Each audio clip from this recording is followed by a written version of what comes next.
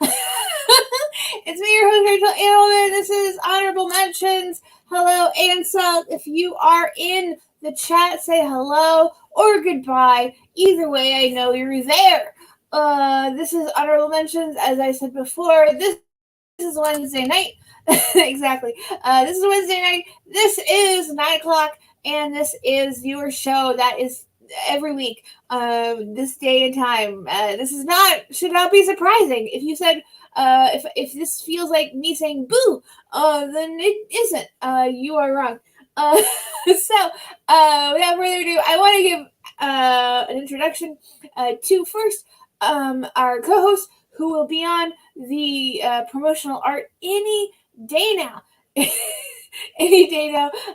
Please give it up for our partner in crime, because we both like to do larceny together. Adi Heller. Give it up for Adi Heller. Thank you. Yes, our partnership in criminality. Equal parts. We'll go to jail one day, but not yet. Yeah. And I love the cliffhanger that we have every week of, will I be on the promotional art? That keeps them tuning in. That's part of what we use to lure our new viewers. This big will they or won't they. Some will days and won't days are about whether two people will get together in a movie or a TV show. This is about whether we just like recognize that a day is a co-host. Will we do it? None of us know. And honestly, none of us have a horse in the race. None of us know. There are no stakes, except for the one where it's hilarious that he's not there yet. But this is not the full cast of this show.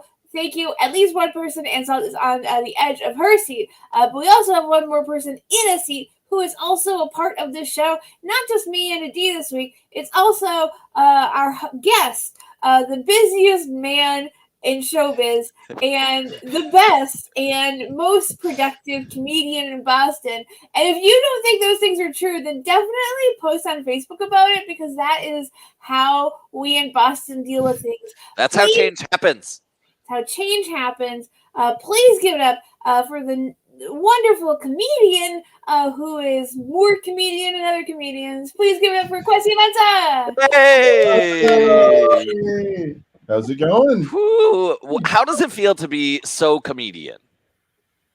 It feels great. I'm so funny. I don't even need to be on stage anymore to make people laugh. So I'm just like, I'm in my Beatles. I don't tour state. I don't tour live anymore. It's just not necessary. Too much of a headache.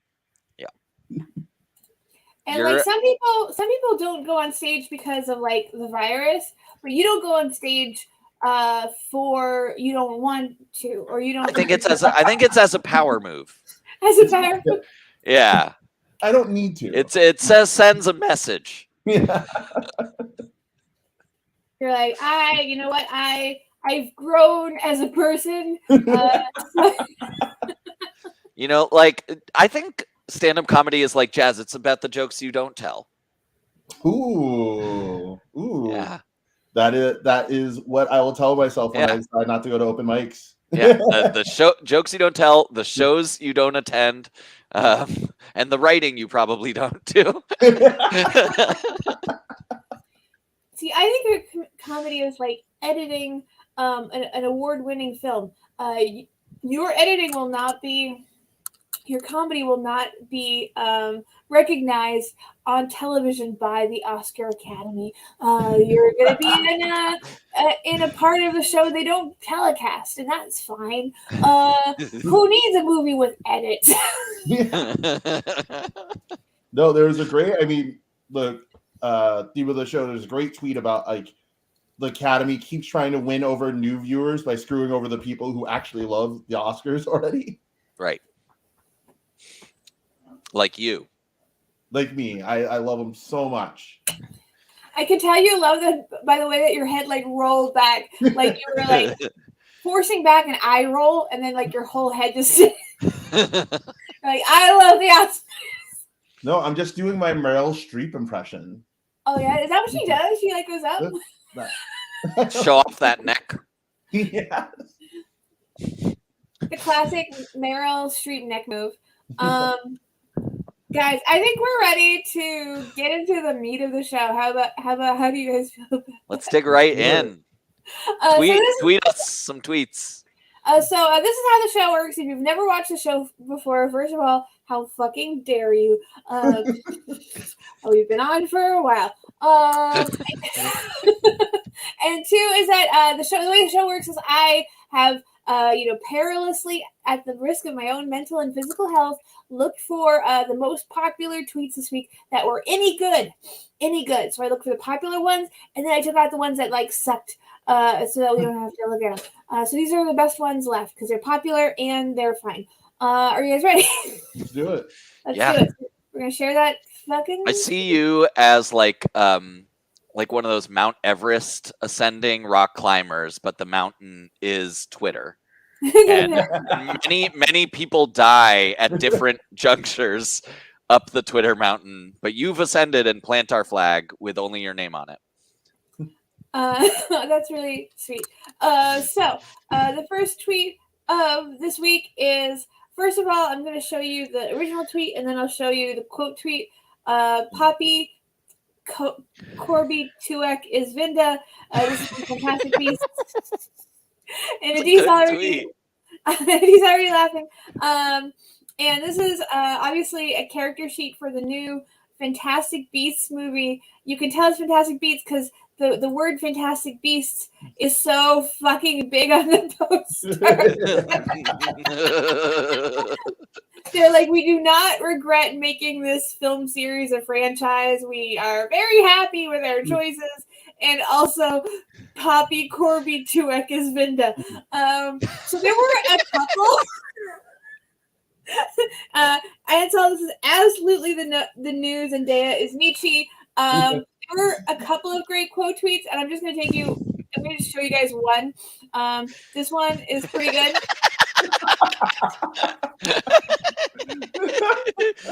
Poppy Corby is Vinda. And there was also another one which I didn't save, which was like, what was it? Jabba the Hutt voice.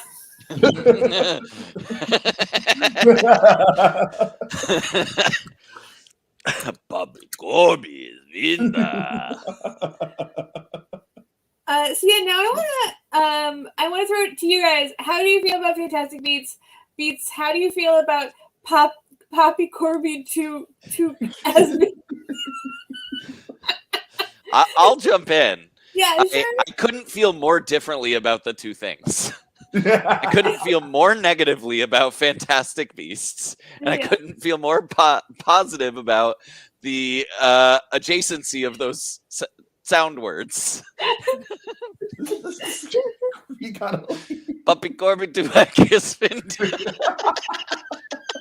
We're here at the beginning of the show. This isn't our peak. No, it's gonna go up from here, I swear. Poppy Corby Tuek is Vinda. I'm gonna try my best to recreate each one of these cues.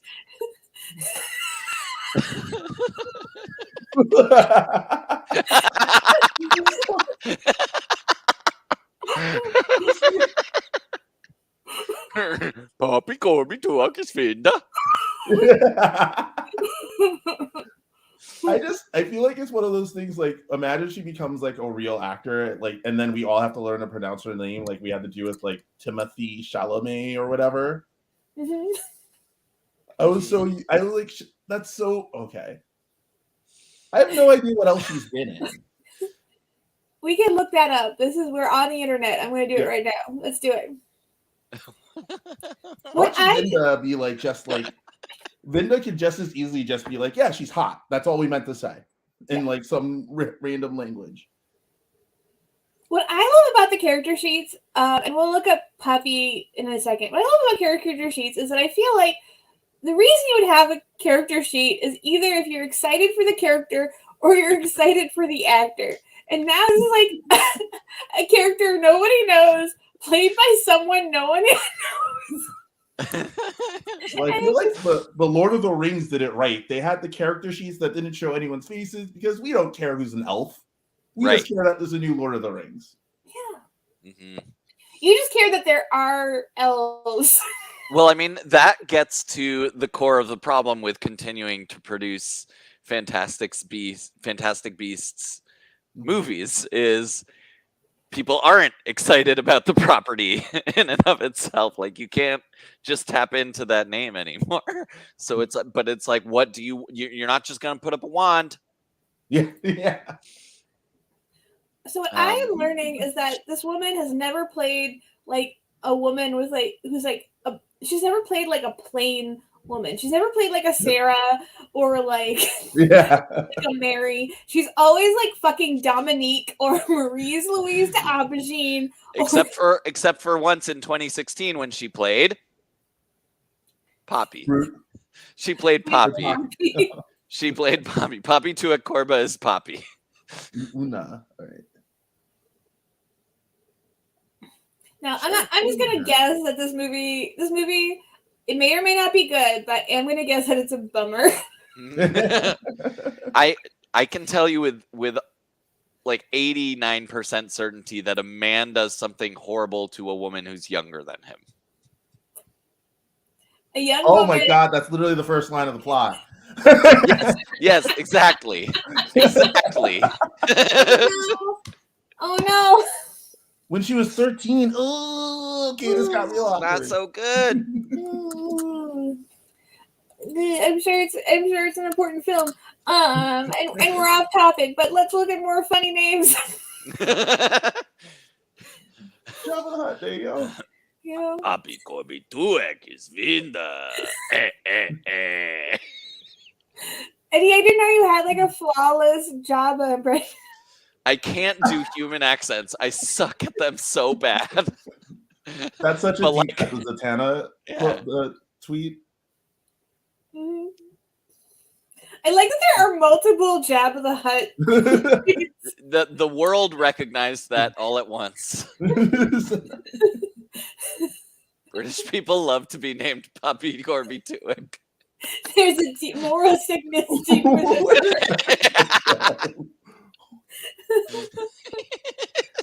Right, like this name is like the logical conclusion of an era of colonialism.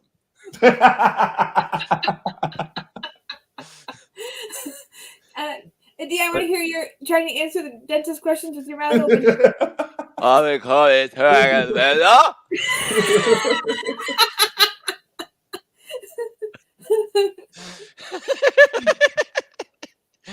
These are really good. There's a lot of really good comments. These co-tweets are phenomenal. I don't know what this reference is, but I'll try. Yeah, I don't know. I like how you went for a minion on that one. That's right. What I want someone to do like a you have to do that. The whatchamacallit? We didn't start the fire. Papi Corby Tuek is Vinda Fantastic Beasts. I'm Grindelwald. We don't support it, but it's really funny. Thank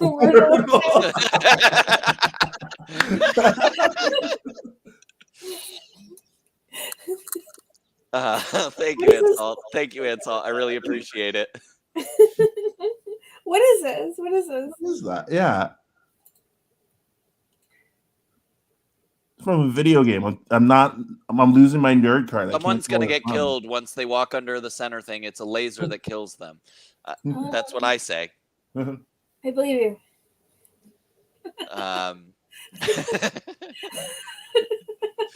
Why this shit got like 3 titles? Yeah, because it's Fantastic Beasts, The Secret of Dumbledore, and then like Return to the Magic, which I assume is the tagline, is like at least twice as big as Fantastic Beasts. Right, and then you got the Wizarding World branding. It's definitely like, give us money. Please forget that we're related to the transphobe, but give us money. Yeah, it reminds me of like car racing jerseys that just have brands stuck all over them. Pennzoil, J.K. Rowling, John Deere. longer and longer titles as they get more and more funding from like a bunch of different places. Mhm. I just noticed that I need to point this out, that Fantastic Beasts is smaller on the poster than Only in Theaters. And that to me makes Only in Theaters the title of the film.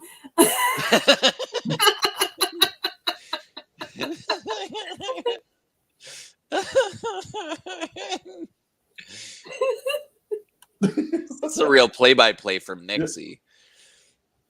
Well, Nixie had a real scenario happening. Yeah. I'm surprised no one said this sounds like a spell they would say in Harry Potter. Well, this guy said, let me see, this guy said, I read this out loud and all in my living room started floating. There you go. There you go. Yeah. Oh, that's good. Yeah, so this we could look. I feel like we could have a whole show where we're just laughing at the quote tweets of this particular poster. Any So final thoughts? good. Any final thoughts on this poster, the casting, the title, the movie, the franchise? I think I watched the first one and I fell asleep in the middle of it, so I haven't been excited for the next two. I didn't know they were still making them, so this is my intro to that. Mhm. Yeah, I hope this is the peak of their success. I will say that it's coming out April 15th, which is the anniversary of the death of Abraham Lincoln. So if you're the kind of person who likes to celebrate on that day, why not see a movie about magic? Because this will be open only in theaters, which is also the name of the movie. Are you guys ready for another tweet? Let's do it. John Wilkes Booth is Vinda. Oh my god, he also has like the double name. Yeah. Perfect fits. Oh, this is very good.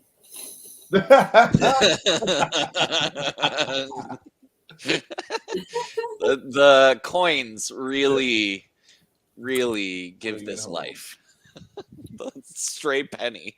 Do you guys do meal prepping? Is this how you do your meal prepping? Is this how you wish you did your meal prepping?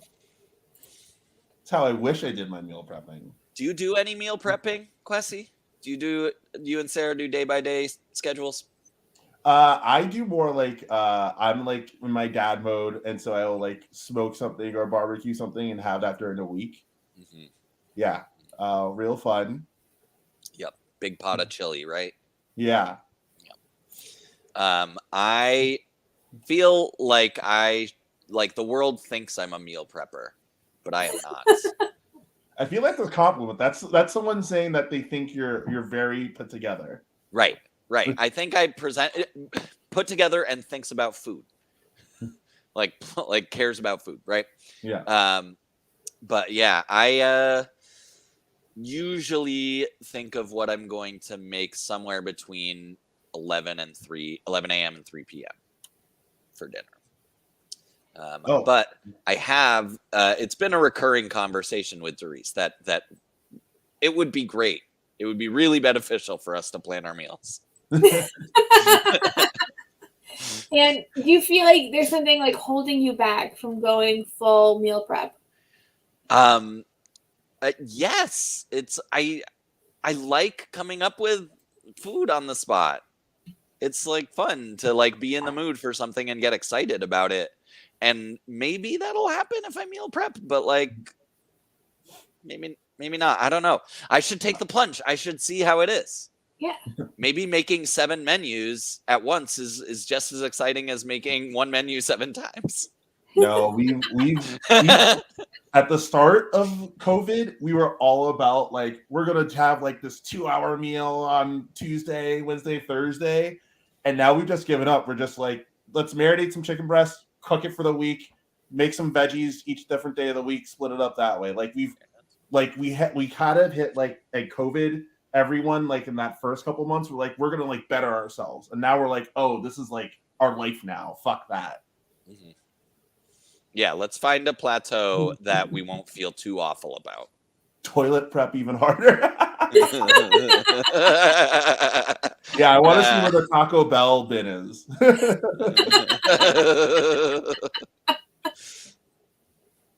Yeah, I don't have my life nearly together where would even be an option.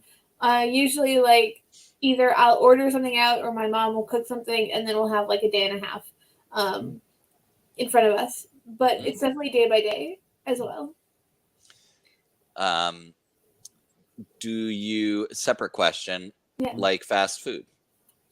I don't eat too much fast food, like, at all. I don't know. I just, like, at some point in my life, I just stopped eating it, and I haven't really gone back. Mm-hmm. Yeah, I fucking love a vanilla milkshake from McDonald's, and I cannot do a drive on the highway without getting one. I used to be. In my block growing up, I had a Popeyes. I had actually where the Popeyes used to be a Roy Rogers. I don't know if any of you ever had. Oh, I know Roy Rogers. Before. Yeah, no, it was. I had to drive at least once a year. My family would drive to Virginia to see my cousins, and Roy Rogers. There's a certain part, I think, somewhere in Pennsylvania, all the burger places at rest stops turn into Roy Rogers, or did. So. Well, did you in Pennsylvania? Was it Sheetz that's there also? I think it's their version of 7-Eleven. Yes. Yeah. I don't think I've ever had a Roy Rogers or a Sheetz. It's called Sheetz? Sheetz is just the highway rest stop convenience store in Pennsylvania. Yeah. Oh. I couldn't venture a guess as to why it's called Sheetz and what that has to do with anything inside a convenience store.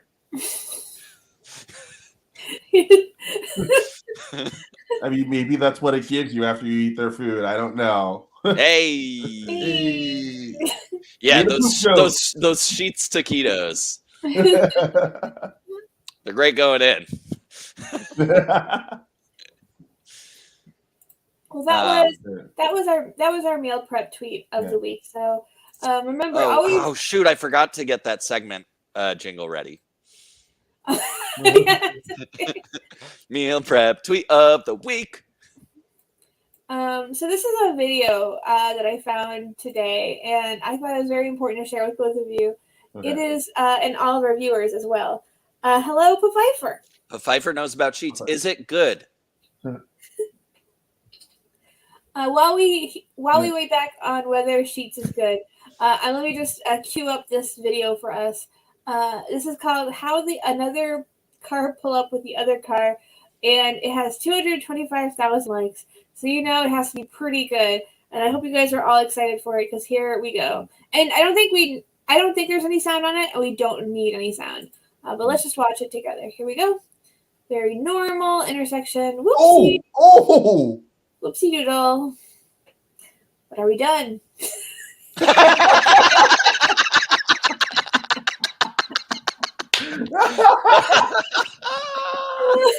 Oh my god. Something out of like the GTA. Yes, it is. Right. Yeah, no, reality glitched. I just like how casual it feels. Yeah, no, I think it's actually much better without sound. It really builds the anticipation. I love this guy was like, okay, a car just fell in my car, but I still do need to pull up to the line. Like, so I feel as soon as that white car pulls up, the curb theme should start playing. Slow zoom in on like a spinning wheel. That is fucking majestic. I wonder if this guy walking across is also the person who walks out at the end. Okay, I don't know if that's the same person. We can do like a Zapruder.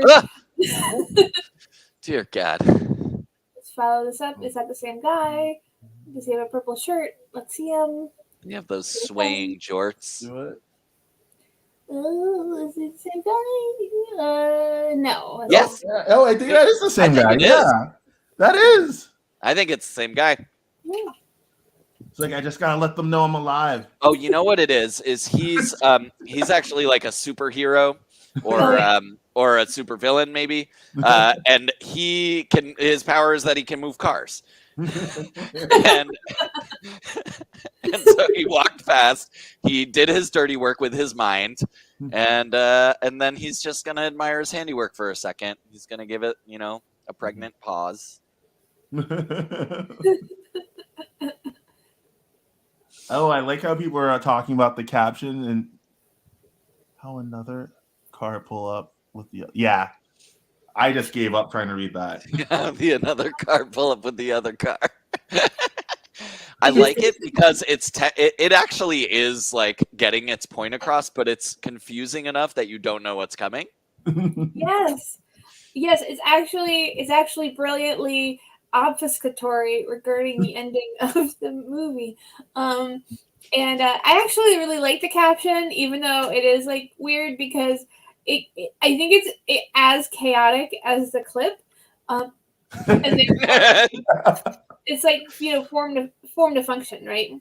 Yeah. Well, and it's also kind of it's like the Darren Aronofsky of like writing a tweet. It like puts you in the perspective of that moment of seeing this video for the first time. No, yeah, it puts you in. It's a psychological thriller. No, I definitely read that. And I'm like, do I have a concussion? Like, is that what I'm feeling right now? Right. Do I another car pull up with the other car? Am I a car? Or am I another car on top of a car? Am I the another car? There are two. That's the two genders. Another car. I'm glad someone's calling him Guy Fieri because that did. Yeah, no, this is in the meanest part of Flavortown. Have you guys ever been like this close to an accident? Like just walking across the street and like a car like just mows into another car? I've been in an accident, which is very different. Yeah. Same here. I don't. No, I've been there right after. I was there right after a car drove into the front door of a bodega in Roslindale and just like stopped halfway in. What? Yeah, and so I would like saw the people running over and like screaming and saying what happened, and then I drove by really slowly and it was like, oh, I only see half of this car because the other half is inside that bodega. Oh, no. But no one was as casual as that blonde guy. Yeah. No. Now here's another question: is if you were in this crash and someone posted the video of it, and then someone started, for example, a wildly hypothetical Twitch stream where they were like laughing at the footage, would you feel weird or bad that like what for you was probably an incredibly tense moment in your life is now fodder for the content makers of America? I would feel great simply because if I could care about that, that means I made it out of that crash okay. Mm-hmm. You're like, I'm offended. Wait, I can be offended. Thank God. Quessy, that's so smart. How do you feel, Eddie? Do you feel the same? Now I do. Yeah. No, I was thinking like, assuming I'm not dead, then or like majorly damaged, brain damaged. I think I'd be happy that it was giving some people some joy. I think I'd be happy about that. But I would give it like a month, not like don't show it to my face on the way to the ambulance. Right. Yeah, that would be too soon. Like, dude, you've gone viral. dude, you've got 229.7K likes. And you're just like, what? You're just like, well, it's not you. You're 1/3 of it.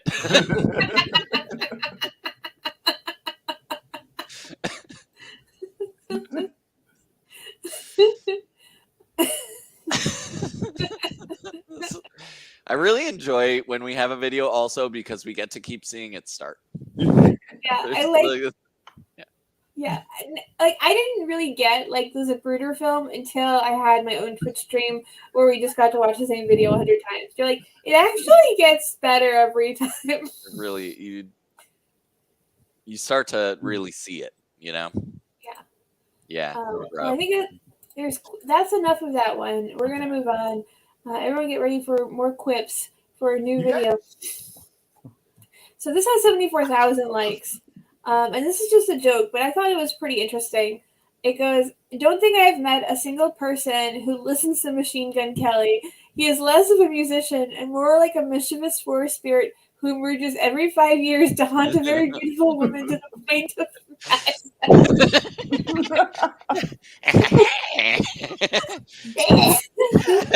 a riddle I shall tell.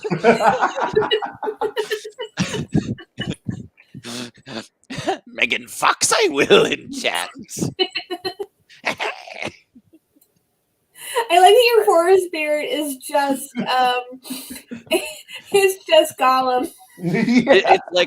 It's like 80% Gollum and 20% Yoda.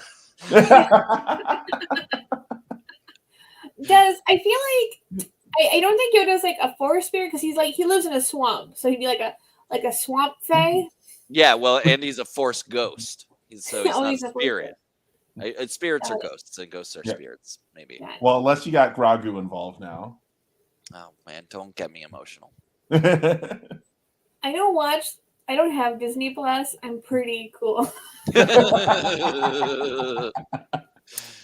But you also know everything that happens of cultural relevance on Disney Plus. I do. Like, I always see posts that are upset at people who are upset. Like, I guess in the season finale of the Boba Fett show, one guy like did a little spinny spin while he was shooting his gun, Yes. and then some fan like clipped it. He's like, "What the fuck is this?" And then you get people quoting that one, being like, "Listen, if this guy ever watched a Robert Rodriguez film, he'd burst into flames." And now I'm like, I feel like I'm caught up. I really, those like that style of video that is like someone's girlfriend who doesn't know about this IP summarizes the Lord of the Rings or whatever, right? Yeah. Like you could do Disney Plus series based on what Twitter tells you. We lost Quessy. Quessy's out. Quessy's out. Quessy saw David. That famed Medford Wi-Fi. I was gonna say that Quessy saw David in the chat and then just got scared. Yeah, no, it was so actually he's been running from David Thomas. That's what it was. No, that's what I get. I try to be social. I was like, oh, let me actually log in so I can reply to comments and whatnot. And it was just like, F you. Oh, I see. You tell me what you want to say, or you could just say it. You could just say the word. I'll just have a side conversation with Dave while you two go on. Yeah. I mean, I'm very excited. I feel like this cat and mouse game you two have been playing is finally coming to a head, and it's very important to have on the stream. Have either of you ever listened to anything by Machine Gun Kelly? Nope. I have. Gun to my head, I would not be able to. I will tell you that.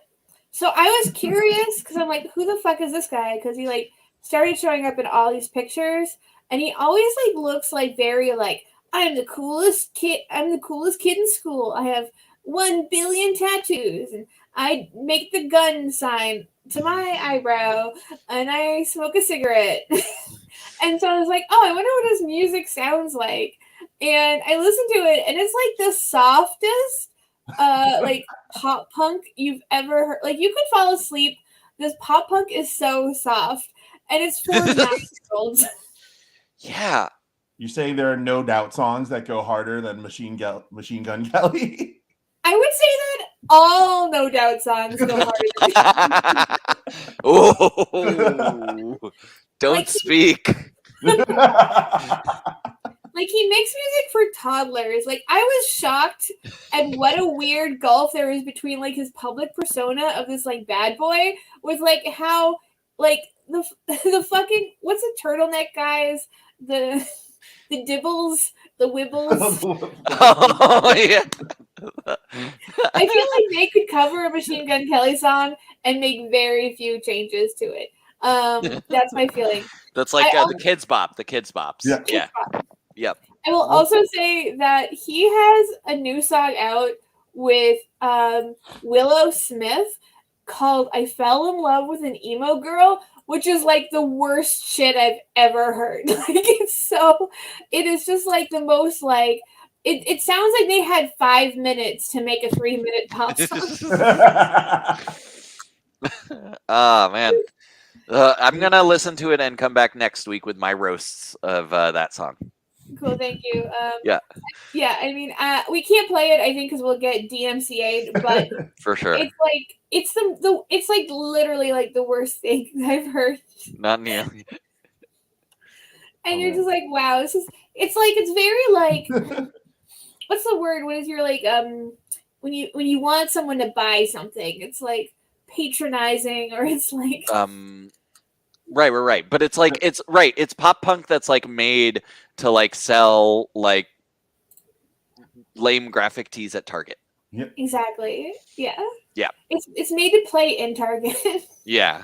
I'm always so sad that like I'm a huge fan of Megan Fox. I just finished my New Girl rewatch. I thought she should have had like her own sitcom after that. And now she's just known as like the Machine Gun Kelly's arm candy. Yeah, and like the one that it does seem like he cast a like hex upon. Yeah. Yeah, it's like one of those weird things where you're like, I think you're talented, Megan Fox, but I don't know, like, if you make the right decisions that I would make if I were more beautiful than the face of God. I don't know if were I in your shoes, which are very beautiful, and also I would fall in your shoes immediately because they are very high. I don't know if I'd make the same choices. On the way down. I should have worn... I'd take a sensible guy who makes good music. Well, I would have worn more flats. Who is it? Brian Austin Green or whatever? From, was it 90210? That was her husband? Tell me about David Silver. What do you want to tell me about Brian Austin Green? No, that's just, it seems weird to go from that to Machine Gun Kelly. Oh, was that her? That's her ex. Yeah, he's great.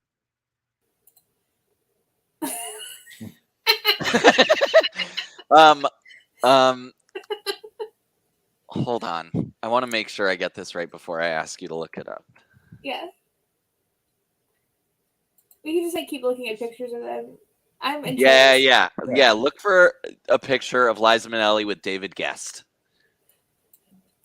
And David Guest is Gest. I know how to spell David Guest. Good. Be our guest. But there's like a just that in type general. of energy. Yeah, I feel like if they're able to stay together, that they're channeling some of this the later years. Yeah, I see it.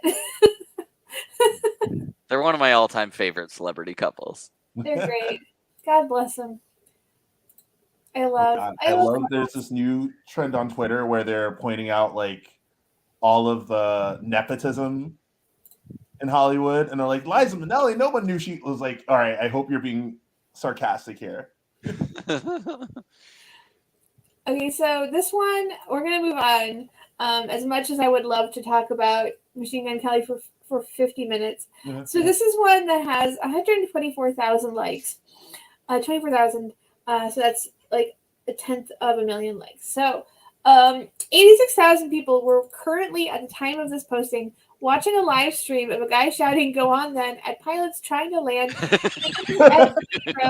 in Storm Eunice. Oh, this is what the world needs. So for those who aren't familiar, England also has its own weather.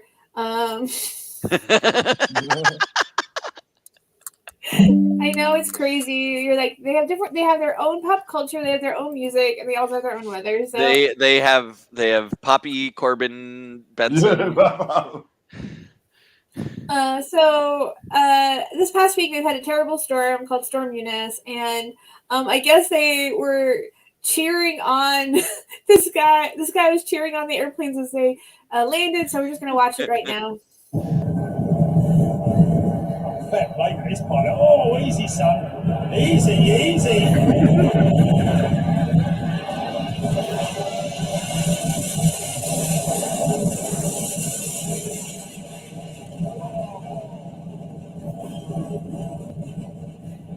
Are you sure? Go on then, go on then. Go on. Is he cheering them on or is he heckling? I think in spirit he's cheering them on, like it's British cheering. Nicely but done. in the US it would be heckling. It's like those people on the comedy show. I was only helping. I was only trying to help. 100%. I love the nicely done at the end. Like he sounds so excited that airplane landed. This is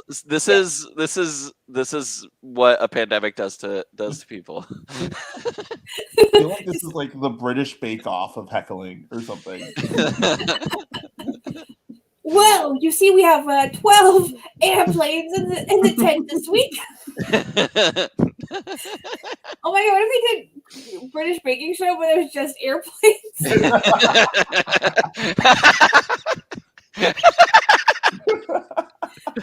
Let's get someone to animate that. I just love that 87,000 people were at one point watching this live stream.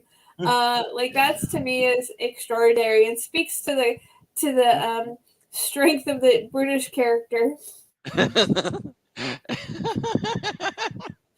Right, they just like a slice of life comedy. Ever since they took IT cred off the air, all we do is yell at airplanes.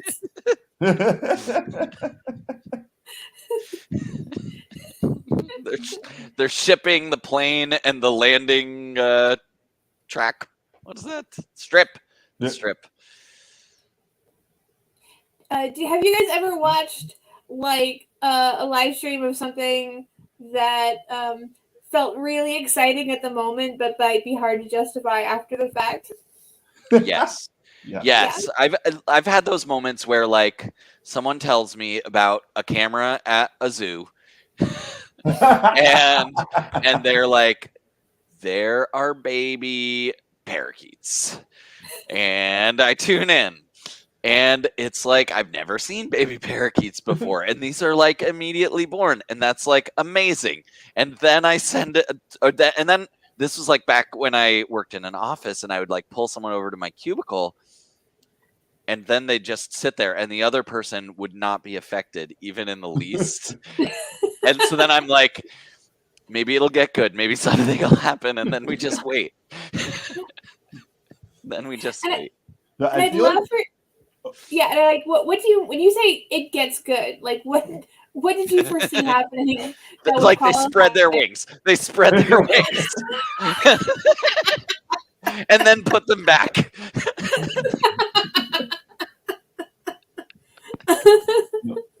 I feel like I have kind of the similar problem where like I want to show something like a video or something like that, but it requires like 7 layers of internet knowledge for you to understand why it's funny.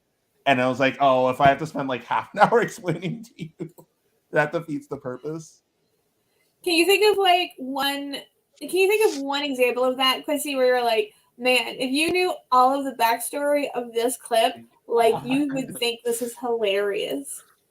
I think there was someone spliced in like the double homicide into something, and I lost my shit on it all the time. And I was like, no, you have to understand where that meme comes from and all that. And yeah.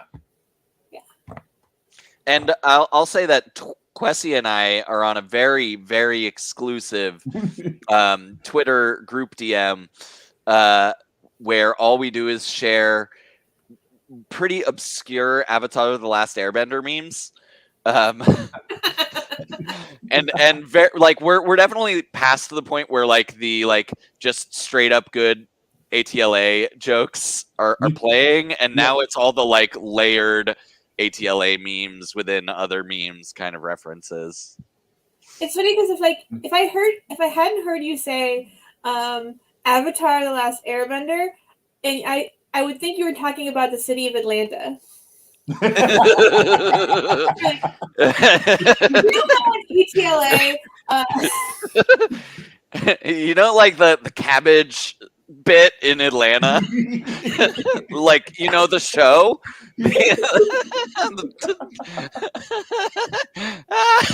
Wait, has no one done ATLA and Atlanta mashups? Oh God. Oh no. Oh, all right. Oh, I know like a great example of one of those videos. I tried to do there is a clip of the guy from Whiplash doing his voice over scenes from Legend of Korra.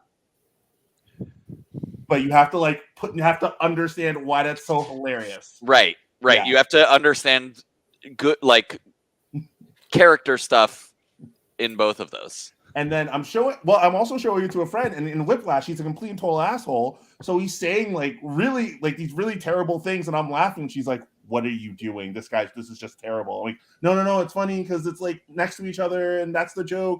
And I'm like, no, he's just saying terrible things. I'm like, I feel like I'm ashamed of myself. And then they're eventually going to do that with Invincible also. Yeah. And I'll laugh at that also, and then I'll just be a terrible human being. you couldn't. Was it like they couldn't hope to harness a fraction of our power? But it's like a clip from like My Little Pony. Yeah. And then you're like, don't you get it? And she's like, no. I love stories. Wait, anecdote time. Okay. Sydney loves these YouTube yogas for little kids. It's called Cosmic Kids. Mhm. And so it's this British woman named Jamie, and she stands in front of a green screen and takes them on like yoga stories and adventures. And if you watch like the old videos from like 4 or 5+ years old, they will be, you know, she'll do a nursery rhyme, or she'll do just dinosaurs or whatever. But if you get to anything in the last few years, once she got big and became an influencer, it is all sponsored stories. So it's all like IP. So there's a Frozen adventure, and there's a Moana adventure, and there's PJ Masks, and blah, blah, blah.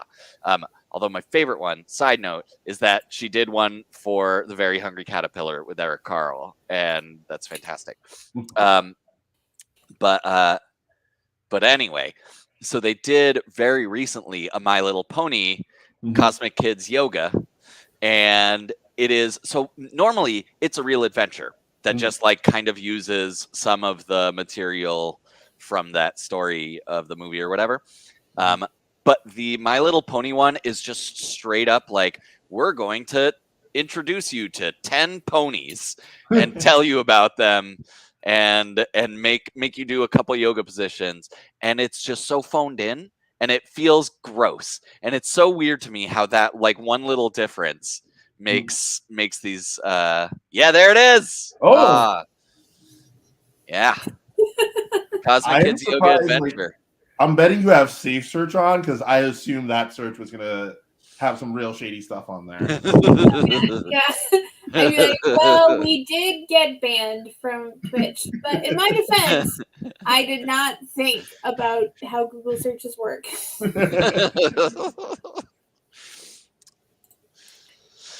But yeah, it's just a straight up ad, and I'm disappointed in her. That's what I'm saying.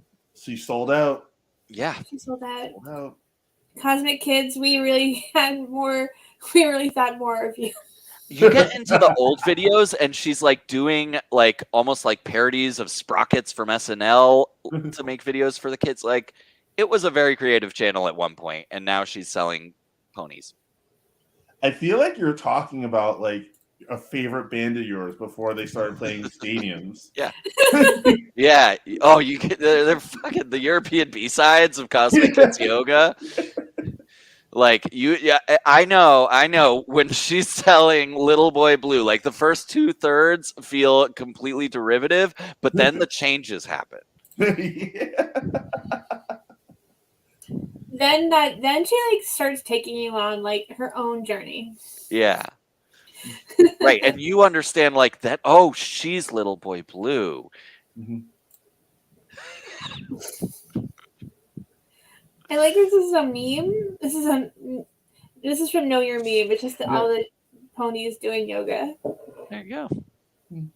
Yeah. I do. One thing I do love about the ponies, and I know very little about them, is when they announced like a Weird Al movie.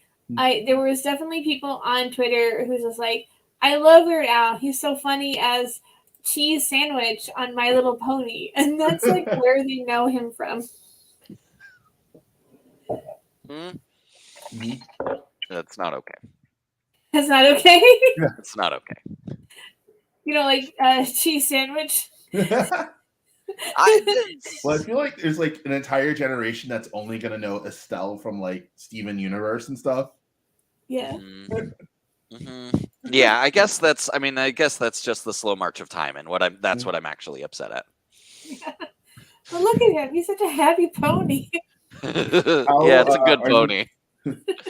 How are you guys feeling about Daniel Radcliffe playing him?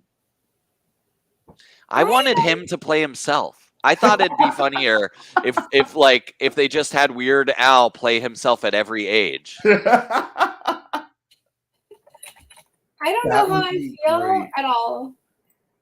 Yeah, just pull like being John Malkovich. It's weird. Yeah. I just feel like every picture looks like slightly off. Like this is the first promotional photo. I'm like, why is it so intense? They're gonna do the Weird Al story, but give it the Bel Air treatment. Yeah. Right. Or I'm kind of getting like Bohemian Rhapsody also. Yeah, and also like I feel like his curls are too. I feel like the wig looks too wiggy. Like I feel like they need to relax this a little bit. I don't know. Everything feels slightly off to me. I don't know what I said that generated this, but I'm gonna leave this up for a while. Like Okay. I'm wondering, like at what point, like for a Weird Al movie, do you actually take it seriously, or do you go like Christopher Guest mockumentary style? I think that's the only way. Like his movie UHF. It's just the form of the movie has to mirror like Weird Al. There you go. This is the way to do the Weird Al movie is like Walk the Line and just have it be a series of style parodies to tell his biography. By walk the line, do you mean walk hard? Yeah, I mean walk hard. I definitely don't mean walk the line. By walk the line, I mean not walk the line. See, I thought what's the Bob Dylan movie pick where they had like a different person play him every 10-15 minutes? I'm Not There. Was that? Yeah, that was I'm Not There. Yeah. Kate Blanchett. Yeah. Fucking killed it. Yeah, they had 6 of them. 6 Dylans. 6 Dylans to rule them. 6 Dylans to find them. 6 Dylans. And in the darkness bind them. I do like this screenshot. It looks like they're all being told that they're one of 6 Dylans in the movie. It's all the day. So they arrive to set. They go through full makeup. And they're like, I'm so excited to be the star of a film about Bob Dylan. And they're like, hold up.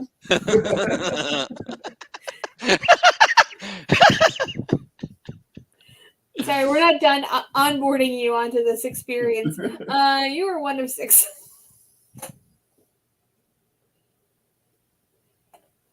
Guys, are you ready for the last tweets of the week? Let's bring the best. Cool. So we're gonna go a little bit faster with these. These aren't some of these are just jokes. because we are running out of time a little bit. But I think they're all worth looking at least momentarily. This one I really liked. First of all, it has 64,000 tweets. I always like how many likes these get, because it really tells you about how many people saw it, how many people enjoyed it. Creased at how pleased this pasta brand are with themselves for getting rid of the little window where you can look at the pasta. And so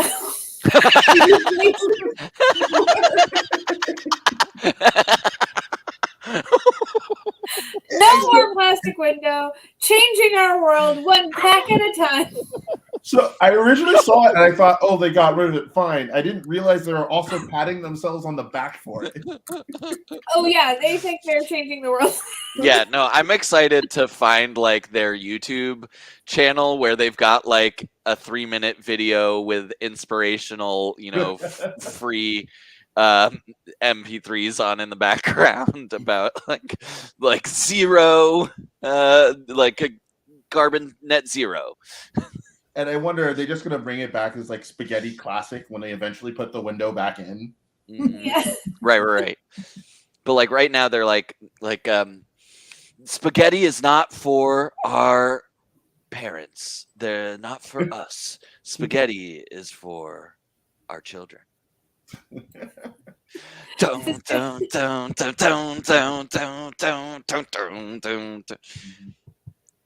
Was that Vida La Vida? Yeah.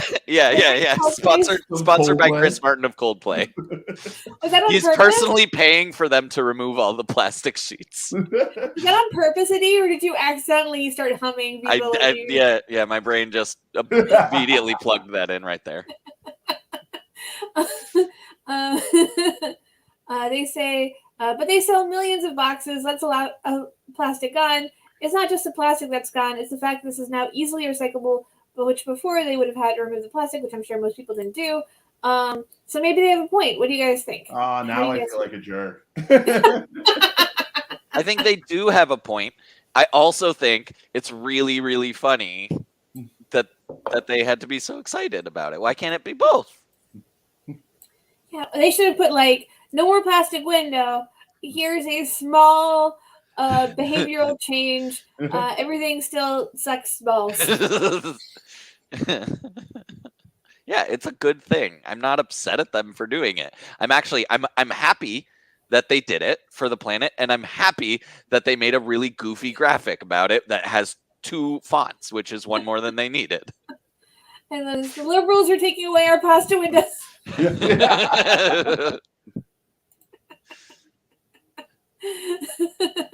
Spaghetti number 5. Has anyone tweeted that this is was this made by Lou Bega? Oh, I don't know. Come on, internet. Like rigatoni, penne, bucatini, tortellini, Here it is. and it's spaghetti. Yeah, ladies and gentlemen, it's spaghetti number 5. I think that we can assume. Wow! Sorry, I should have waited for your parody to end. I would absolutely love if they have quality control issues and you literally don't know what type of pasta you're going to get in that box now. Yeah, right. You get like a bunch of earnest and well-reasoned complaints about this. I like the idea that like you know that prank where you like open the can and the snakes jump out? I like that we're gonna bring back a golden age of that, but with pasta boxes. My friends keep pranking me with this stupid pasta box. I can't look at this what kind of pasta it is. But you do it when you're like right over a pot of boiling water.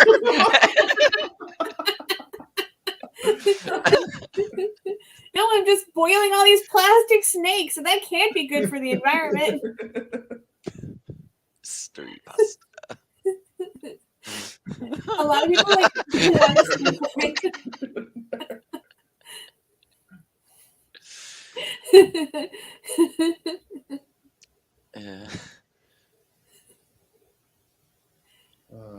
to This is very good. They're like, why do we trust pasta boxes less than we trust cereal? Well, and this is a doctor of psychiatry, so she's like actually concerned. Yeah. That's a very good point. Yeah. Yeah. You're like, we've There been we go. blind Oh, eating. there's your Mambo number 5. Yeah, and this person actually thought it through, so they got the meter right. Wait, you got to do the voice too, Adi. Little manicotti in my. No, I can't do it for a whole song. Can't do it. I was really waiting for your Vega, and now I don't. Whoa!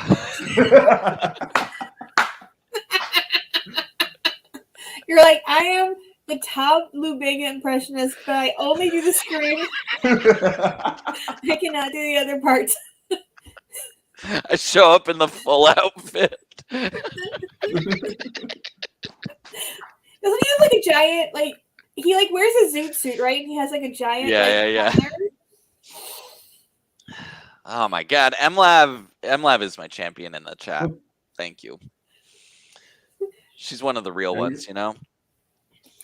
See, you have to scroll down. People are coming in on the Lou Bega, Adi. Like they came through.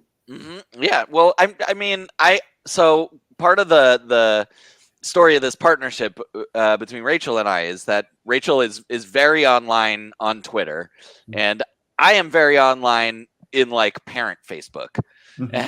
and so I miss like all of these, like almost every like major tweet, basically every major tweet. I get probably like 1 in 30. But I don't know why I thought of that. But anyway. Oh yeah, no, but I know enough about the internet to know that if you put the number and 5, the signifier of number and 5, that the internet is broken if it doesn't deliver the Lou Bega. I like that this person went for the much more not obvious Chanel number 4 joke. Yeah, good on you, Allie. Yeah. You know, like this is the era of you have to have a niche market, you know. You just have to corner and master your market. Although I love how I've seen people point out, it's like, oh yeah, this is Bro, aren't they homophobic? And I'm like, oh yeah. Oh, I forgot about that. How are they? I don't remember what are people talking about? I'm looking it up. Oh, actually, that's a good reminder also that we wanted to shout out the charities. Oh yeah, as much as these are not homophobic charities, just putting it out there. Correct. They're very, very not that. So yeah, so Gorillaz is, I guess, was super homophobic in the early to mid 2010s, and they have made a brand shift to national pride. So they're still fucking awful. I'm like, can't you just be a sketty company? Like, what is going on? I mean, you have the My Pillow guy. Now you have the spaghetti. Yeah. I'm like, these are just things that I like to eat and sleep on. Why does it have to be so? Why do you guys have to be so mean about it? So yeah, we'll do a quick promo though for why we're putting this up there. Rachel, do you want to speak to it? Yeah, sure. So as much fun as we're having, the world is not fun, and because of that, Texas leadership has decided to be real douchebags about the safety of trans children. That situation is still unfolding, and maybe our ability to respond to that is sort of evolving with it. That said, you can always give money to trans people. Always, always, always.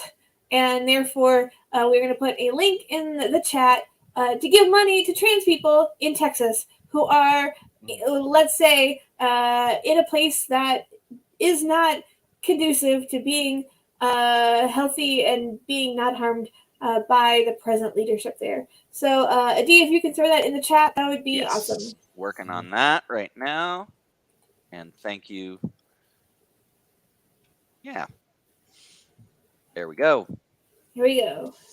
All right. Thanks for doing that. Yeah, and always happy to boost some GoFundMes.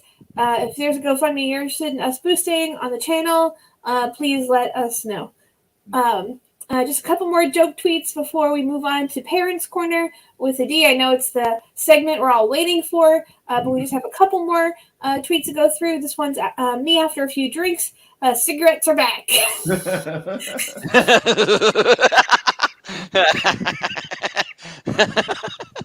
Yep. It's real fun, and it has 110,000 likes. I want to double that number. That's so good. Obviously, it's not just the phrase "cigarettes are back," but like the incredibly deranged way it's written on the paper.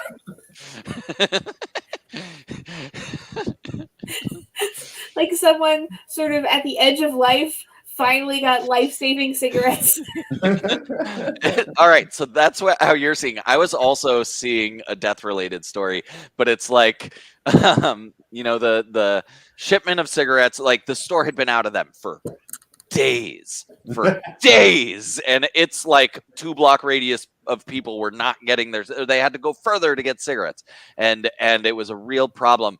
And what the old patriarch of this convenience store like risked life and limb to make it happen. He walked barefoot for 30 miles each direction to bring 10 cartons of cigarettes back, and he like falls over dying right at the door and says to his grandson, "Tell them they're back." And so he scrolls and gets it on the door, and that's the best he could do in that time. Awesome. So we have 2 scenarios, and Kwesi, give us your third scenario. Why do you think the sign "cigarettes are back" is written this way? I mean, it feels like someone like started trying to be like classy and was like, "I'm going to say something about cigars," and then halfway through they're like, "Fuck it, cigarettes. We're not that classy. Let's stop that." You know what, Carl? Throw away the cigars. We can't go in here. Yeah, bring in the cigarettes. Yeah, we're a cigarette kind of store. We can't hide from ourselves, Carl. Carl, in a moment of weakness, I saw a version of ourselves that was classier and better than the ones that are here. But one must always ultimately come back into themselves and to have a moment of self-knowledge. Oh, I just realized cigarettes are back, and then they have Nicorette in that top right corner. There you go. Yeah. Synergy. There we go. Yeah, they have coffee, they have Dulcilax, they have Rogaine, and then they have Nicorette. And a rice cooker on the top shelf. Nice. They got it all. They got it all. That whole picture is me after a few drinks. And this is actually this is my meal prep picture.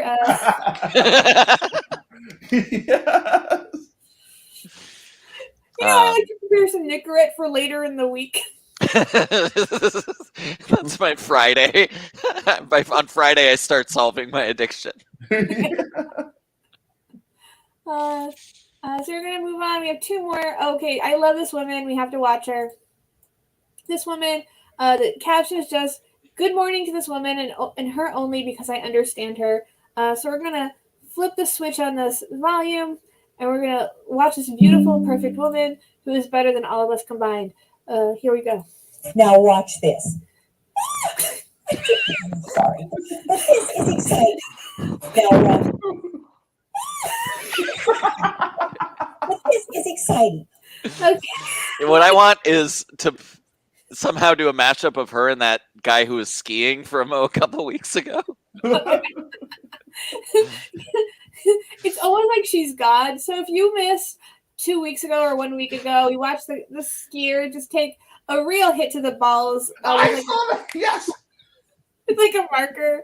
And so, imagine her like creating the path of snow that he's on and accidentally causes him to hit his balls. Yeah, no, Heather, I agree. I think you are this woman. I just love that she's like so excited for making the exact same pattern that's behind her.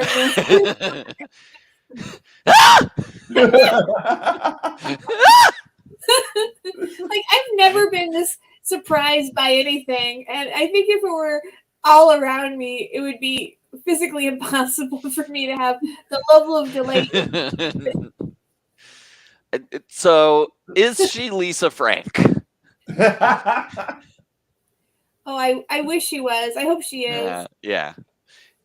She might be like Lisa Frank's cousin. Yeah. Quizzy, have you ever made sponge art, or is there anything else you like or notice about the clip? No, it's just so interesting to me that the idea that she's just like so genuine, like that like level of like, I feel like there's that parabola of like a 5-year-old gets that excited, and then you can become 60 and you're like, you know what? I'm getting excited about life again. Yeah. And it's like she's never done it. It's like she's doing it for the first time herself or something. I don't know. Right. Which is not true.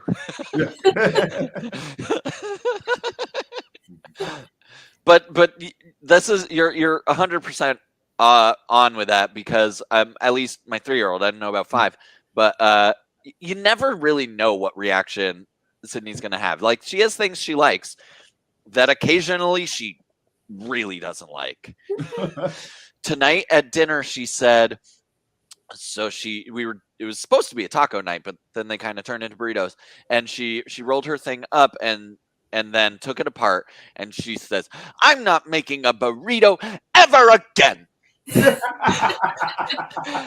And then she proceeded to make a burrito. It's very hard not to shake your toddler and go, "Do you hear yourself? You're so stupid. You just did the thing you said you never do. Listen to yourself." There's no there's no through line, Sydney. No one is paying attention to the narrative anymore because they don't believe that it's going to hold together. You have to commit. Make a character choice and commit to it. Follow it until it has to change. Yeah. You can't retcon life, Sydney. So yeah, this was delightful. I love this idea, and this Adi, you made me think that they took 8 takes of this, and in every single take she had a completely different reaction. In one take she went boo, one take she cried, one take she fainted, but then they kept in the take where she went, she screamed, but in a delighted way. So I'm really excited to have discovered that with you guys. There it is. There it is. Oh man, I'd love to watch the outtakes. And the very last joke we have for tonight, hookup culture actually helps a lot of people clean their bedrooms. How do you guys feel about that? That is too true. It brings me back to my single days. It absolutely was the reason I would wash my sheets. Absolutely. Mm-hmm. And this is a common theme on this show, is like the truly most successful tweets just say something true that everyone connects with.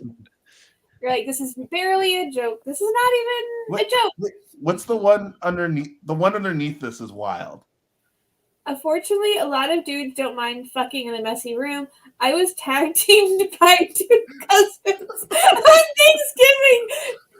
Quasi, you should have warned me. Sorry. I was tag teamed by 2 cousins on Thanksgiving during a depressive spell next to a pile of my laundry.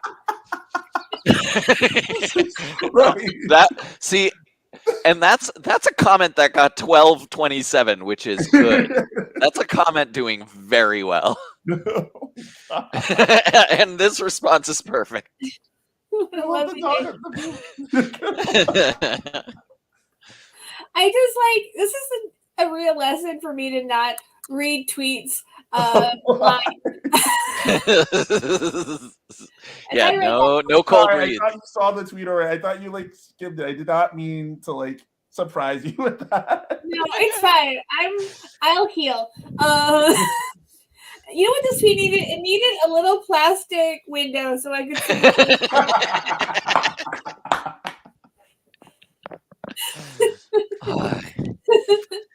Okay, that's enough, I think, for for today. We're gonna stop staring. And that's been my time. Now we're gonna go into Adi's time. Every week, Adi is a parent. He is a parent every single week, and every single week, he never stops being one. It's weird.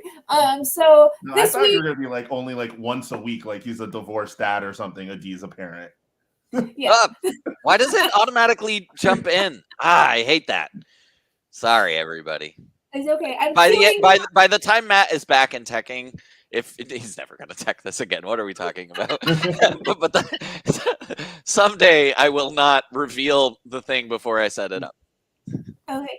But basically, when we started the show, this version of the show, I was like, Adi, you should start making memes because you love memes, and you're a parent, so you should make memes. You should make parenting memes. So every week he has a new meme which he shows us, and we get to enjoy it with him. Adi, show that meme we haven't seen already. First, I just want to celebrate. I wish I had a graphic to celebrate that this is the 1 month birthday of this segment. Yay! Which, if it was a baby, would be very exciting. All right. So anyway, so this week's meme, it is so self-explanatory. It is so real. There is no complex thinking required to create it, which is why it's probably my best one yet.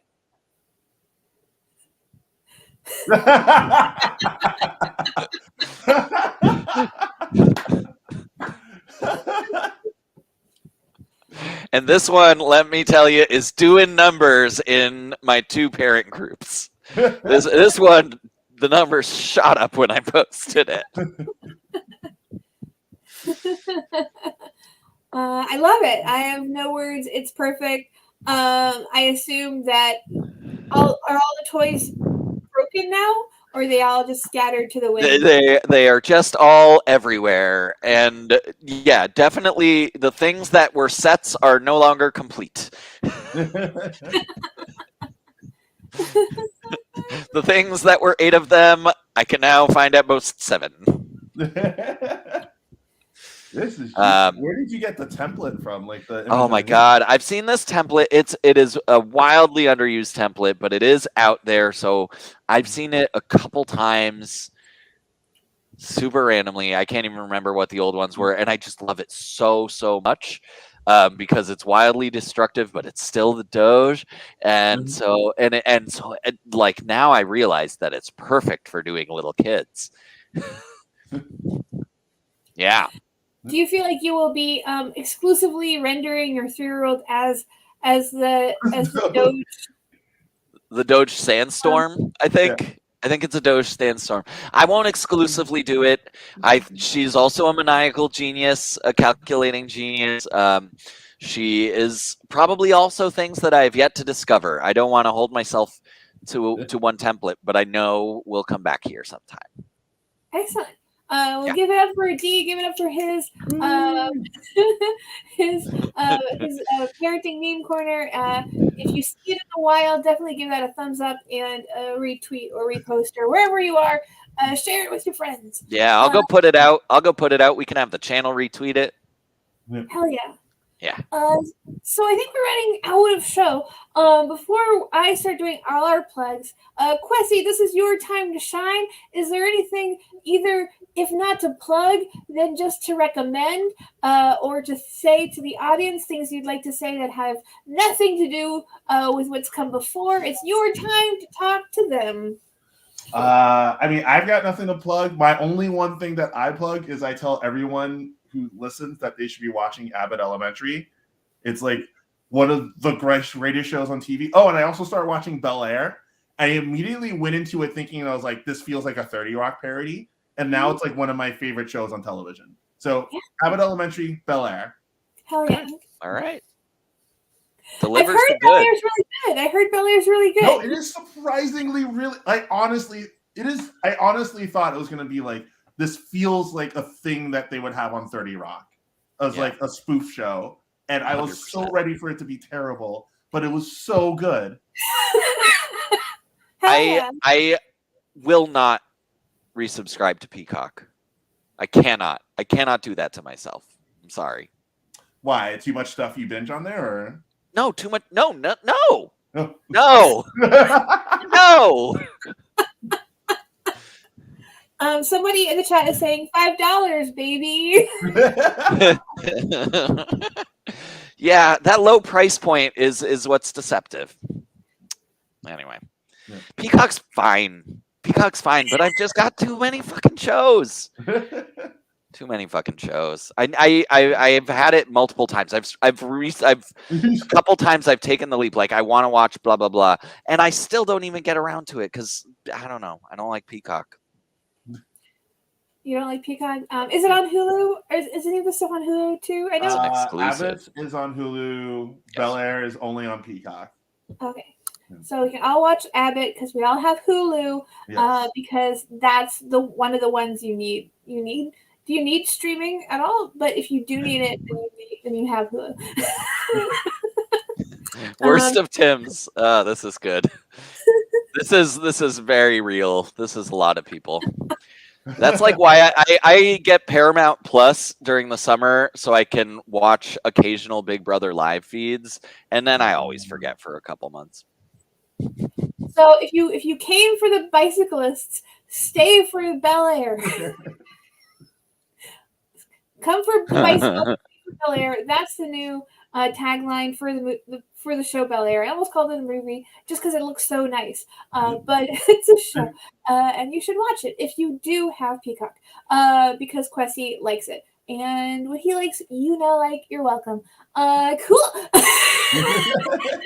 I'm so good at hosting shows. I don't sound crazy at all. Guys, this has been Honorable Mentions. I've been half your host, Rachel.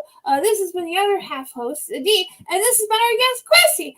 So give it up for them and for me, if you're wherever you are, wherever you watch your Twitch shows, wherever you happen to be situated in time and place. We will be back next week with more tweets, with more guests, and with more laughter and more memes. Anything else you guys want to share before we go off? Protect your baby's presents. Give to a trans charity in Texas. There you go. And always check your pasta, because who knows what it looks like anymore, because the window's gone. Guys, good night, good luck, and good posting. Bye-bye. Yeah, bye.